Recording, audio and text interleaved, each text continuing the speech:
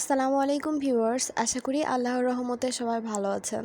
দেখেন বাড়িতে লাগানো টাটকা শাক অনেক সুন্দর না? ইট সিমস লাইক এ বুকে অফ রোজ, ইজন্ট ইট? শুধু শাকসবজিই না, আমি ফ্রেশ ফলমূলও এখান থেকে পাই আলহামদুলিল্লাহ। এখানে অনেক পেঁপে গাছ রয়েছে।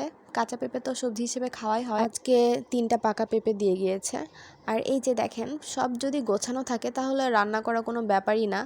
মুগ ডাল ভেজে রাখা হয়েছে, সেটা ভিজিয়ে রেখেছি। আর মাছ মেরিনেট করা হয়েছে, এটা এখন জাস্ট রান্না করে নিতে হবে। সো মাছ কড়াইয়ের মধ্যেই ছিল, তার মধ্যে আমি তেল দিয়ে এভাবে ভেজে নিচ্ছি।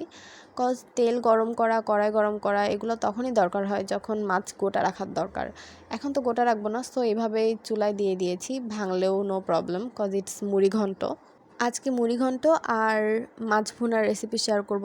মাছ ভুনা না, মাছটা সবজি দিয়ে রান্না করা আর কি, মাছের ঝোলের রেসিপি আপনাদের সঙ্গে শেয়ার করব। কিছুদিন হলো ফেসবুকে গেলেই, ইউটিউবে গেলেই রমজান মাসের প্রস্তুতি লিখে কত যে ভিডিওস মানে চোখের সামনে আসে তার কোনো শেষ নেই। বাট কোনো কিছুই কিন্তু এক্সেস ভালো না। মানে রমজান মাসের প্রস্তুতি নিচ্ছে, দ্যাটস গুড, বাট তাই বলে কি এত মানে কিছু ভিডিওস আছে আসলে ইউজফুল। আমি সেগুলো ভিডিও দেখে যখন আমার বাসায় হেল্পিং হ্যান্ডকে বলেছিলাম যে রমজান মাসের জন্য আগে আগে সব কাজ করে রাখলে কি ভালো হয় না, তো সে বলল যে ফ্রেশ ফ্রেশ খাবার খাওয়াই উচিত।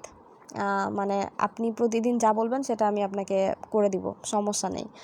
আর আমিও একটা জিনিস তখন ভেবে দেখলাম যে একটা মানুষ 24 ঘন্টা কিন্তু ইবাদত করতে পারে না। সো রোজা রেখে ইফতার বানানো এক ধরনের আনন্দ। আর সেই সময়টা আমরা ইস্তেগফার করতে পারি, ইবাদতের মধ্যেই থাকতে পারি, মানে জিকির করতে পারি। আর আরেকটা বিষয় কি যে সব কিছুই কি আগে করে রাখা যায়? তাই বলে পেঁয়াজ কি কেউ আগে কেটে রাখে? বেগুন কেউ আগে কেটে রাখে? আমি রমজান মাসের টিপসের মধ্যে দেখতেছিলাম যে 1 মাসের জন্য পেঁয়াজ বেগুন সব কেটে রেখে দেন। এটা তো উচিত না। সেই কাজগুলো করে রাখা যায় যেগুলো একটা করতেও যত সময় লাগে অনেকগুলো করতেও সেম সময় লাগে। যেমন ডাল বেটে রাখা, মানে অনেক পরিমাণে ডাল বেটে রাখলে পুরা রমজান মাসটা পেঁয়াজি বানিয়ে খাওয়া যায়। তারপরে কাবাব রেডি করে রাখা যায়, সেটা জাস্ট ভেজে গরম গরম সার্ভ করা গেল।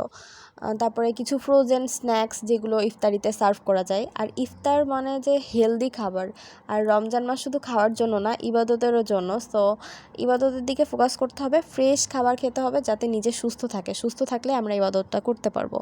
আর হিউজ পরিমাণে খাবার আগে আগে জাস্ট রেডি করে পরে বাসি খাবার খাওয়ার তো দরকার নেই।